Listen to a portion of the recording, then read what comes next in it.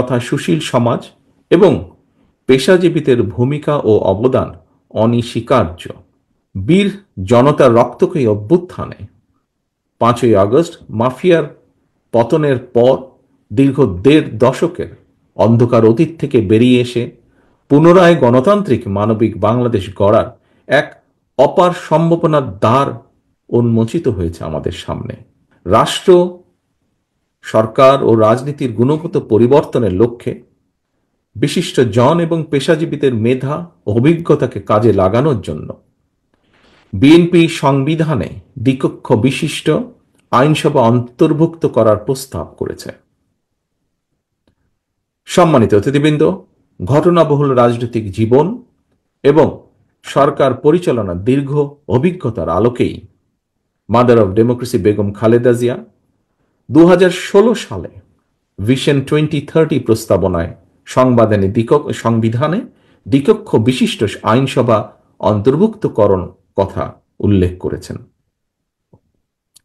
2022 সালে বিএনপি সহ গণতন্ত্রের পক্ষের সকল দলগুলো মিলে একত্রিত হয়ে 31 দফা সংস্কার কর্মসূচিতেও দ্বিকক্ষ বিশিষ্ট আইনসভা বাস্তবায়নের প্রতিশ্রুতি উল্লেখ করেছে। আবারও এই যে দ্বিকক্ষ বিশিষ্ট আইনসভার প্রস্তাবনা, এটিও কিন্তু রাষ্ট্র, সরকার ও রাজনীতিতে গুণগত সংস্কারেরই একটি বড় অংশ।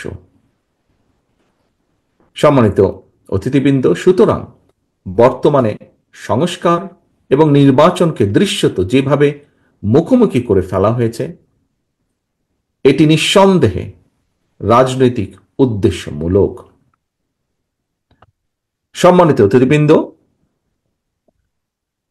যারা সংস্কার শেষ করার পর জাতীয় নির্বাচন অনুষ্ঠানের কথা বলছেন, তাদেরকে উদ্দেশ্য করে বলতে চাই, যেটি শেষ হয়ে যায় সেটি সংস্কার নয়, কারণ সংস্কার কখনো শেষ হয় না। সংস্কার একটি ধারাবাহিক প্রক্রিয়া। দেশের বর্তমান সংবিধান, যেটিকে ইচ্ছে মতন কাটাছেঁড়া করে পতিত স্বৈরাচার প্রায় তাদের দলীয় সংবিধানে পরিণত করে ফেলেছিল, সেই সংবিধানের 65 অনুচ্ছেদের 2 দফায় লেখা রয়েছে, জনগণের প্রত্যক্ষ ভোটে নির্বাচিত জনপ্রতিনিধিদের নিয়ে জাতীয় সংসদ গঠিত হবে। সংবিধানে সুস্পষ্টভাবে উল্লেখ থাকার পরও পলাতক ফ্যাসিবাদী সরকারের আমলে সারা বাংলাদেশের মানুষ দেখেছে, বারবার সারা বিশ্ব দেখেছে, বারবার জনগণের ভোট ছাড়াই গঠন করা হয়েছিল জাতীয় সংসদ। পলাতক স্বৈরাচার সংবিধান মানেনি। জনগণের গণতান্ত্রিক চর্চার মধ্য দিয়েই কেবল সংস্কার প্রক্রিয়া টেকসই এবং সফল এবং কার্যকর হয়ে উঠতে পারে।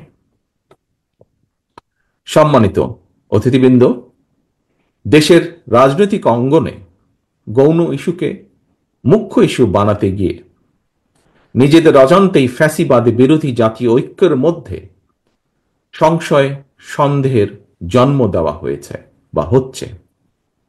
আমি অন্তর্বর্তীকালীন সরকারের দৃষ্টি আকর্ষণ করে আবারও বলতে চাই, সরকারের এমন কোনো পদক্ষেপ নেওয়া উচিত হবে না যাতে রাষ্ট্র এবং রাজনীতিতে পলাতক স্বৈরাচারের দোসররা পুনর্বাসিত হওয়ার সুযোগ পায়। পতিত স্বৈরাচারের দোসরদের হাতে এখনো রাষ্ট্র থেকে লুণ্ঠন করা, জনগণের পকেট থেকে লুণ্ঠন করা হাজারো হাজার কোটি টাকা রয়ে গিয়েছে। এমন পরিস্থিতিতে জাতীয় নির্বাচনের আগে স্থানীয় নির্বাচন হওয়ার অর্থ সারা দেশে ঘাপটি মেরে থাকা পলাতক স্বৈরাচারের দোসরদেরকে রাজনীতিতে পুনর্বাসনের সুযোগ সৃষ্টি করে দেওয়া।